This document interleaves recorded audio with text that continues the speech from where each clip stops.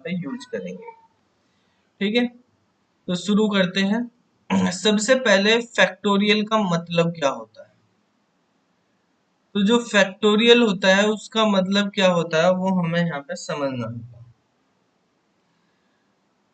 तो फैक्टोरियल निकालना अगर किसी भी नंबर का, तो उसका मतलब होता है फैक्टोरियल ऑफ n का मतलब है कि मल्टीप्लीकेशन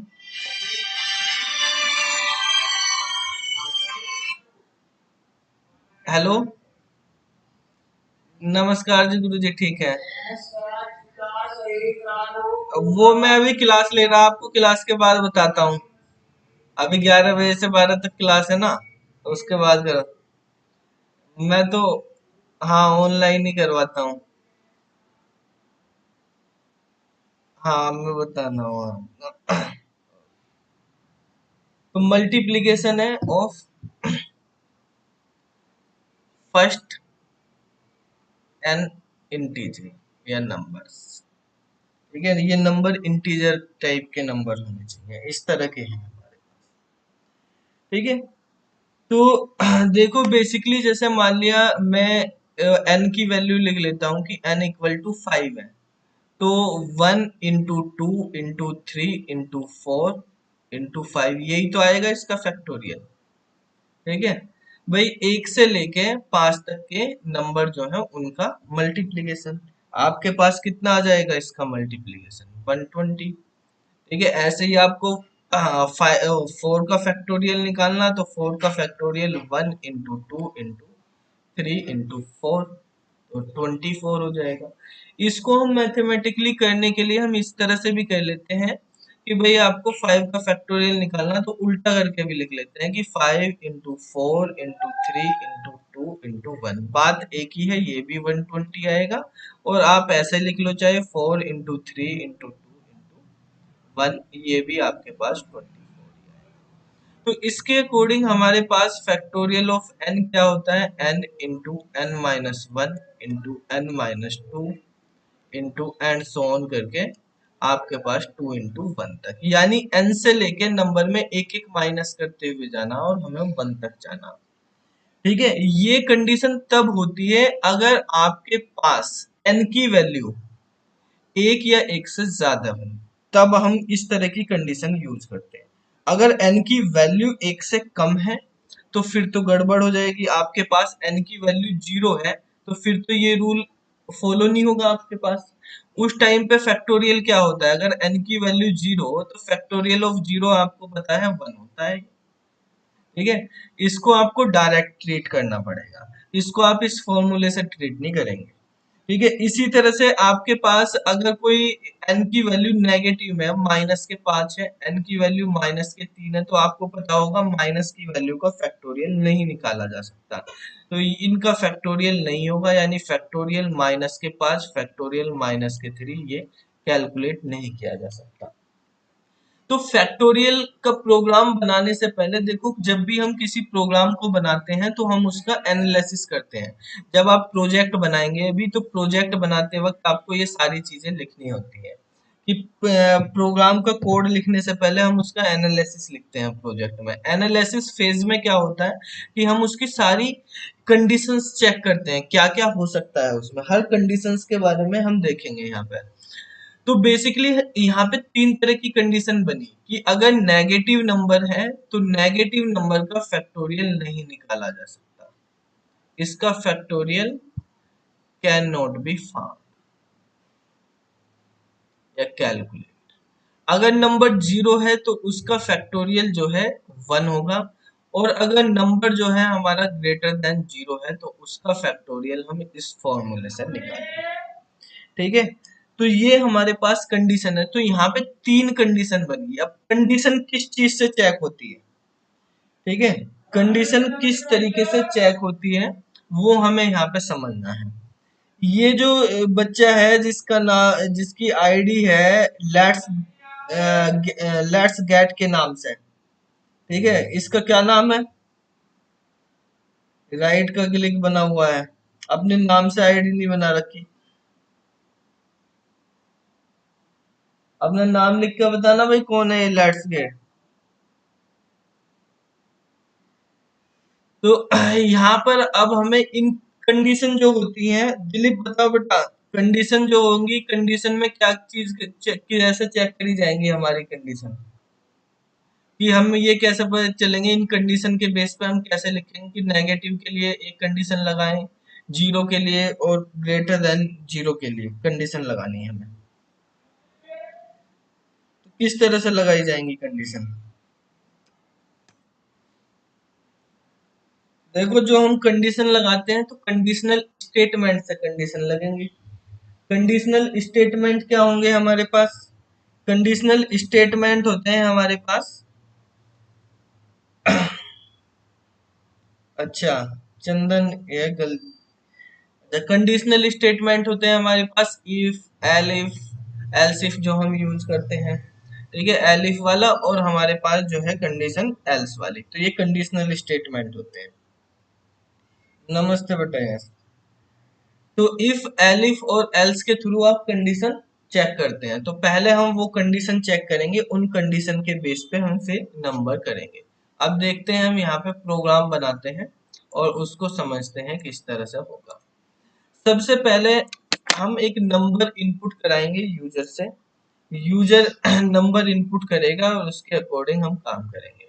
जैसे मान लिया हमने एक नंबर लिया n, ठीक है, और उस नंबर को हमने इनपुट कराना है, तो इनपुट के लिए नंबर है इंटीजर, ठीक है, तो इंट फंक्शन लगाएंगे और इनपुट के लिए इनपुट फंक्शन होगा, ये हम रोज करते ही हैं, ठीक है। तो यहाँ पर हमने लिखा कि एंटर इन नंबर, ठीक है, नंबर हमने एंटर कराया। अब नंबर एंटर कर गया, वो एन में चला गया, तो अब इस नंबर को हम चेक करेंगे कि ये नंबर हमारे पास क्या हो।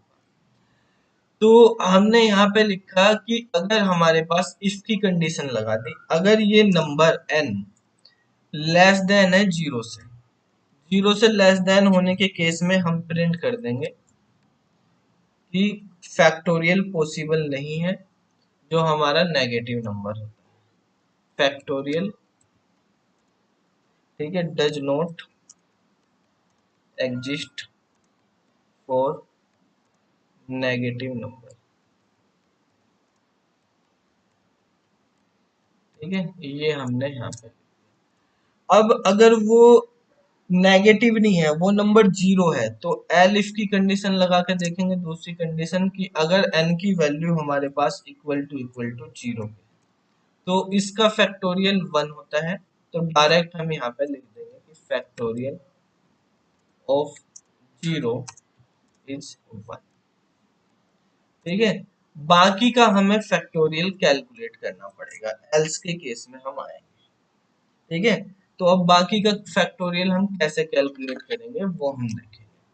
हमने लिखा कि नंबर मान लिया n की वैल्यू 5 है, तो हमें क्या करना पड़ेगा, इस 5 में पहले 4 की मल्टीप्लीकेशन करनी पड़ेगी, हमारे पास क्या आ जाएगा 20, फिर इसमें 3 की मल्टीप्लीकेशन करनी पड़ेगी। बेसिकली क्या होता है 5 का फैक्टोरियल, ऐसे करेंगे ना, 5 into 4 into 3 into 2 into 1। Computer mathematics की तरह नहीं करेगा कि सबका एक साथ मल्टीप्लिकेशन करेगा, मल्टीप्लिकेशन ये दो दो की करेगा, पहले इन दोनों की मल्टीप्लिकेशन करेगा, जो रिजल्ट आएगा उसमें इसकी मल्टीप्लिकेशन करेगा, जो रिजल्ट आएगा उस रिजल्ट में इस वाले की मल्टीप्लिकेशन करेगा, और जो रिजल्ट आएगा 120 उसमें वन की। कंप्यूटर एट ए टाइम काम कर देता है, जो शुरू में ऑपरेटर मिल गया एट ए टाइम उसको कर देगा, ठीक है। तो देखो यहाँ पे हमारे पास मल्टीप्लिकेशन रिपीटेशन पे चल रही है, बार बार हमें मल्टीप्लिकेशन करनी पड़ी, तो हम लूप में लिख लेंगे, क्योंकि नंबर काफी बड़ा भी हो सकता है, तो मल्टीपल टाइम्स हमको करनी पड़ सकती है, ठीक है। तो हम किस तरह से करेंगे, हम एक लूप बनाएंगे। अब लूप हमें कहाँ से कहाँ तक चलाना पड़ेगा ये देखेंगे। तो देखो लूप हमें बेसिकली इन नंबर्स के अकॉर्डिंग, ये नंबर है 5 4 3 2 1, जैसे हमारे पास नंबर 5 है तो हमें 5 तक चलाना पड़ रहा है, 1 से 5 तक चल रहा हमारे पास। अगर हमारे पास जो है, हम ऐसे भी कह सकते हैं कि 1 की 2 में मल्टीप्लाई, 2 की 3 में मल्टीप्लाई, इस तरह से आप कर रहे हैं। आप इसको ऐसे भी कर सकते हैं ना कि एक्चुअल में हमारे पास जो वो होता है मल्टीप्लीकेशन। आप n इंटू फाइव की ऐसे भी लिख सकते हैं, जैसे मैंने आपको ओरिजिनल बताया था कि फैक्टोरियल हमारे पास फर्स्ट n नंबर की मल्टीप्लीकेशन होती है, तो हम इसको ऐसे भी लिख सकते हैं ना। तो आप इसको मल्टीप्लाई ऐसे भी कर सकते हो, तो आपको लूप चलाना आसान हो जाएगा। तो वन इंटू टू करेंगे 2 आएगा, फिर 2 इंटू 3 करेंगे आपके पास 6 आएगा, फिर 6 इंटू 4 करेंगे आपके पास 24 आएगा, फिर आप 24 इंटू 5 करेंगे आपके पास 120 आ जाएगा। इस तरह से भी आप कर सकते हैं। तो एक्चुअल जो है फैक्टोरियल में हम इसी तरह से कर लेते हैं। तो इससे आपका पास लूप इजी हो जाएगा। देखो लूप आपको 1 2 3 4 5 ऐसे चला देंगे आप, ठीक है। तो 1 से लेके आपको लूप कहाँ तक चलाना पड़ेगा, 5 तक चलाना पड़ेगा। तो जो हम रेंज वाला फंक्शन करेंगे, ठीक है, तो रेंज वाला फंक्शन किस तरह से चलेगा।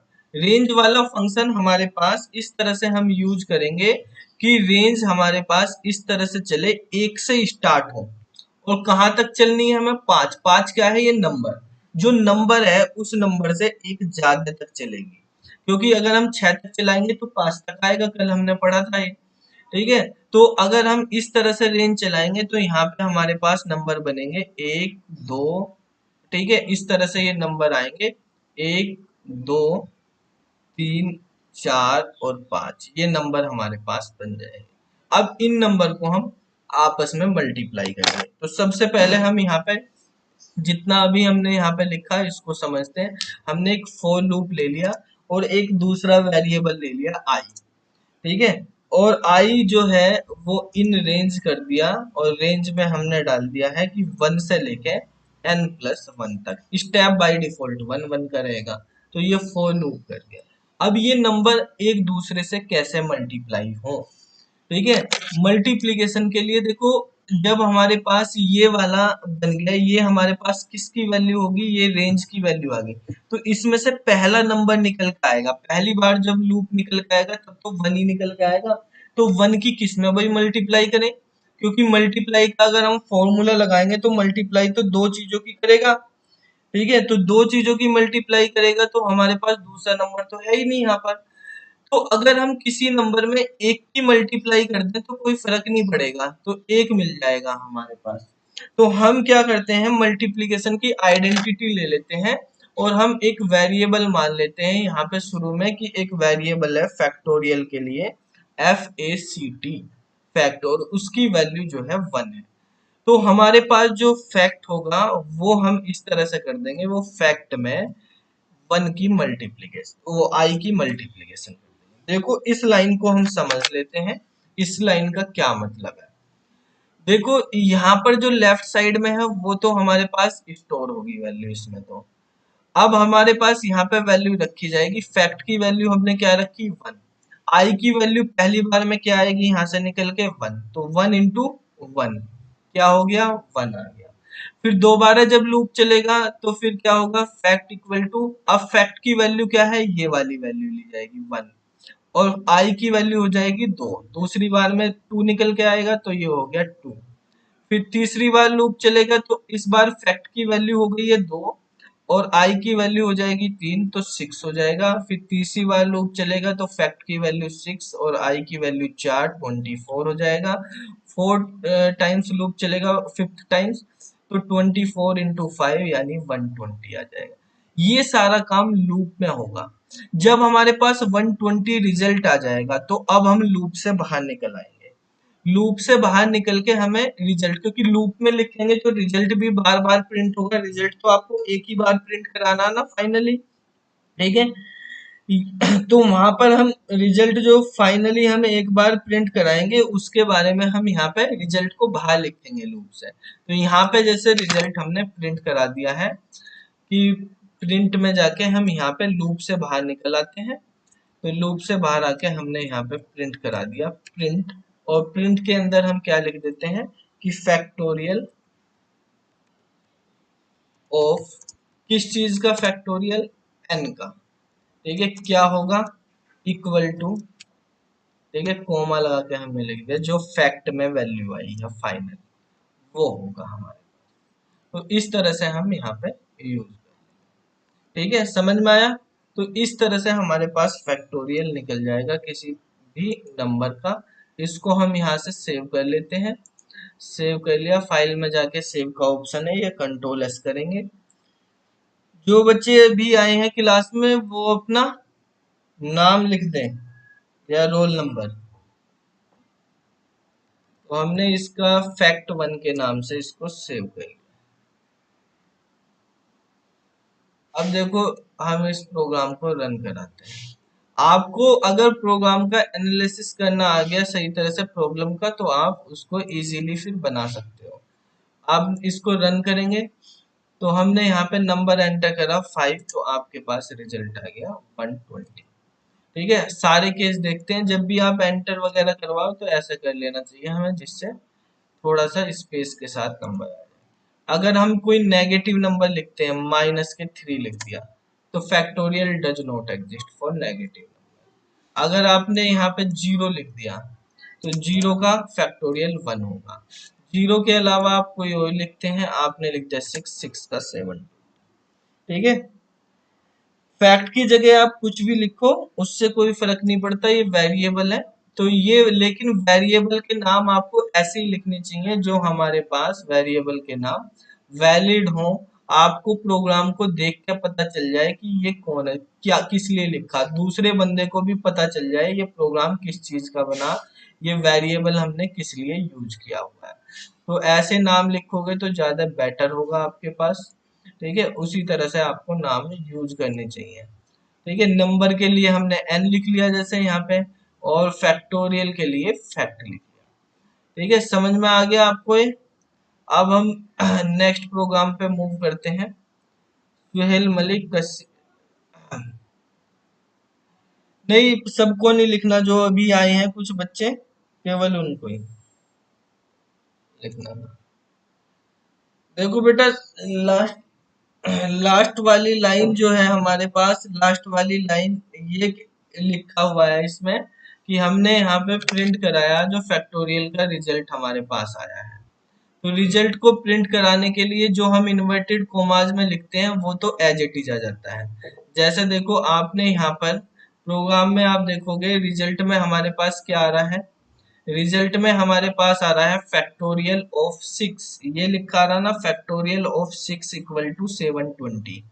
तो हमने यहाँ पे फैक्टोरियल ऑफ लिखा हुआ है इन्वर्टेड कोमाज में, तो नंबर आप कुछ भी लिखो ये हमेशा यही लिखा आएगा। ठीक है, इसके बाद जो कोमा लगा के बाहर हमने कोई वेरिएबल लिखा, वेरिएबल की वैल्यू आती है। तो n की वैल्यू हमने 6 इनपुट कराई थी तो 6 आ गई है। फिर इक्वल टू का sign as it is print हो जाएगा यहाँ पे। फिर फैक्ट की वैल्यू जो कैलकुलेट हो गया यहाँ से आएगी, वो वैल्यू प्रिंट हो जाएगी। ठीक है, इस तरह से हमारे पास यहाँ पे हो जाएगा। ठीक है, समझ में आया ये प्रोग्राम किस तरह से हम फैक्टोरियल निकालते हैं। अब देखो इस प्रोग्राम में हमारे पास फैक्टोरियल निकालना हमने सीखा है कि किस तरह से हमें फैक्टोरियल निकालना। अब हम एक प्रोग्राम और बनाते हैं जिसमें हम सीखेंगे फैबोनिक सीरीज किस तरह से हम बनाते हैं। तो फैबोनिक सीरीज के बारे में क्या होती है फैबोनिक सीरीज। ठीक है, तो फैबोनिक सीरीज के बारे में, फैबोनिक सीरीज का मतलब होता है एक नया प्रोग्राम हम यहाँ पे ले लेते हैं।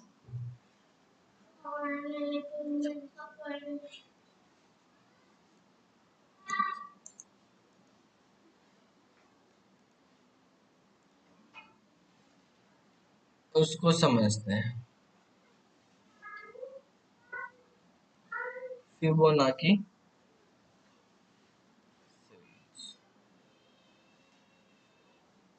ठीक है, तो फिबोनाची सीरीज जो है वो हमारे पास किस तरह से होती है। बेटा अब वो हट गया है, तुम बाद में आए होंगे, कॉन्सेप्ट तब से बताए रखे हैं, वीडियो को रिपीट करके देख लेना। बाद में ऐप में वीडियो आ जाएगी, वहां से आप रिपीट करके बार बार इसको कितनी बार देखना। ठीक है, वहां से आप समझ लेना, जो मैंने लिखवाया उसको भी कॉन्सेप्ट वगैरह सब नोट कर लेना बाद में। ठीक है, वीडियो आपकी ऐप में आई जाएगी, वहां से आप देख लेना फिर। तो बेसिकली क्या होता है यहाँ से, अगर हम करें और कोई डाउट हो किसी को तो वो पूछ लेना। तो फैबोनिक सीरीज का मतलब क्या होता है, फैबोनिक सीरीज किस तरह से काम करती है। तो फिबोनाची सीरीज इस तरह से चलती है, इसमें 0 से शुरू होती है, 0 और 1। दो प्री डिफाइंड नंबर होते हैं, ठीक है। इन नंबर को लेके हम आगे सीरीज बनाते हैं, इन दोनों नंबर को जोड़ने के बाद एक तीसरा नंबर आता है, फिर इन दो नंबर को जोड़ेंगे, जो भी प्रीवियस नंबर होंगे उन नंबर को जोड़ के एक नेक्स्ट नंबर बनाएंगे, फिर इन दो नंबर को जोड़ेंगे तो उससे आगे नेक्स्ट नंबर बनाएंगे, फिर इन दोनों नंबर को जोड़ेंगे तो नेक्स्ट नंबर बनाएंगे। ऐसे ही अगर इन दोनों को जोड़ेंगे तो 8 आएगा, ऐसे ही हमारे पास चलती है। तो इस सीरीज को हम बोलते हैं फिबोनाची सीरीज, ठीक है। तो इस सीरीज के अंदर हमारे पास ये दो नंबर पहले से ही हमारे पास प्री डिफाइन है, और आगे आप देख रहे तो आगे रिपीटेशन हो रहा है, पुराने पिछले दो जो भी रिसेंटली दो नंबर है उनका एडिशन होके एक नया नंबर निकल के आ रहा है, ठीक है। तो यहाँ पर हम मान लेते हैं कि सबसे पहला नंबर ए है और दूसरा नंबर बी है, और ए की वैल्यू 0 है, बी की वैल्यू 1 है, और एक नंबर आपने सी निकाला वो ए और बी का एडिशन करके, ठीक है। तो अगर मैं बोलता हूँ कि हमारे पास ये नंबर लिखे हुए 0 1 1 2 3 5 8 ऐसे हैं, इसकी वैल्यू ए है, इसकी वैल्यू बी है, इसकी वैल्यू सी है। सी रिजल्ट है जो हमारे प्रीवियस दो नंबर का एडिशन करके आया। अब अगर मैं अब इसको ए बना दूं, इसको बी बना दूं, तो सी की वैल्यू ये बन जाएगी, भाई ये ए बन गया, ये बी बन गया, तो इन दोनों का एडिशन ये। अब फिर मैं इसको ए बना दूं, इसको बी बना दूं, तो सी ये बन जाएगा, इन दोनों का एडिशन ये। इसको ए बना देते हैं, इसको बी बना देते हैं, सी ये बन जाएगा, इसको ए बना दो, इसको बी बना दो, फिर सी ये बन जाएगा। अब ये कैसे बनाएंगे, हम किस तरह से करेंगे, इनको हम समझते हैं। इस कॉन्सेप्ट पे फिबोनाची सीरीज काम करती है। तो देखो सबसे पहले हमें ये पता होना चाहिए हम कितनी बार तक सीरीज चलाएंगे, कितने टाइम्स हमें सीरीज चलानी है, भाई कितनी टर्म हमें प्रिंट करानी। देखो यहाँ तक तो ये तो हमारे पास फिक्स टर्म है, ये हमारे पास यहाँ से लूप चल रहा है, ये लूप से आएंगे, रिपीटेशन है। तो अगर मान लिया मुझको ये दो दो चार दो छह और एक सात टर्म अगर प्रिंट करानी, तो लूप मुझे 5 बार ही प्रिंट कराना, क्योंकि दो तो ये है, लूप 5 बार चलाना पड़ेगा। जितनी टर्म प्रिंट करानी लूप उससे 2 बार कम चलाना, क्योंकि दो हमारी फिक्स होंगी। तो हम सबसे पहले ये यूजर से इनपुट करा लेते हैं उसको कितनी टर्म प्रिंट करानी है, ठीक है। तो हमने n इक्वल टू लिख दिया इंट, और यहाँ पे इनपुट में डाल दिया, ठीक है। तो enter the number of terms to be print for Fibonacci series. तो यहाँ पर हम कितनी टर्म है वो एंटर करा दें। अब हम सबसे पहले एक वेरिएबल ले लेते हैं ए जिसकी वैल्यू है 0, एक वेरिएबल ले लेते हैं बी जिसकी वैल्यू है 1, ठीक है। और इनको प्रिंट करा देते हैं, प्रिंट करा दिया हमने ए को, प्रिंट करा दिया हमने बी, ठीक है। ए और बी को प्रिंट करा दिया, दो टर्म तो हमारे पास प्रिंट हो गई। अब हम लूप चला देते हैं, फॉर लूप लगा देते हैं, फॉर आई इन रेंज।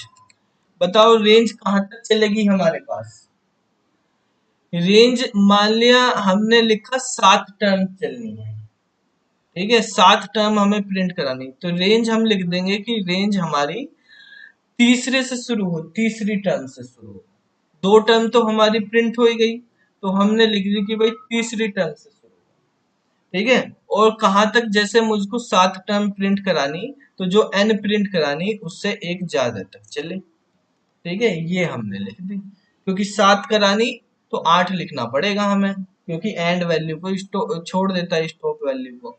तो ऐसे हमने कर दी, स्टार्ट थर्ड टर्म से होगा लूप, तो ये लिख दिया। अगर आप यहाँ पे रेंज को 1 से स्टार्ट करोगे तो वहां पे फिर आपको कम करना पड़ेगा एन की वैल्यू। तो इजी यही है आपके पास, आपको क्या करना, थर्ड वाली टर्म से शुरू कर दो और n+1 तक हमने कर दी। सबसे पहले हम क्या करेंगे, हम c की वैल्यू निकालेंगे, c की वैल्यू निकालेंगे, c की वैल्यू क्या होगी, a प्लस बी होगी, a प्लस बी आ गई, और अब इस c की वैल्यू को प्रिंट कर देंगे। तो देखो यहाँ तक जब हमारे पास प्रोग्राम बना है, तो यहाँ तक हमारे पास आउटपुट में क्या आ जाएगा, 0 आएगा, 1 आएगा और 1 आएगा। भाई इस a की वैल्यू क्या आएगी, ऊपर वाले a की वैल्यू 0 प्रिंट होगी, दूसरे वाले a की वैल्यू हमारे पास क्या प्रिंट होगी, ये भी हमारे पास b है तो b की वैल्यू 1 प्रिंट होगी, और c a प्लस b करके हमारे पास यानी 0 और 1 को ऐड करके 1 आ जाएगा। अब मुझे क्या करना है, मुझको ये करना है कि इस b को a बनाना है और इस c को b बनाना है। तो मैं यहाँ पे लिख दूंगा कि भाई जो a है वो अब b बन जाए, b जो था पहले अब वो a बन जाएगा, और जो पहले हमारे पास c था वो अब b बन जाएगा। तो c b equal to c कर दिया, a इक्वल टू b कर दिया।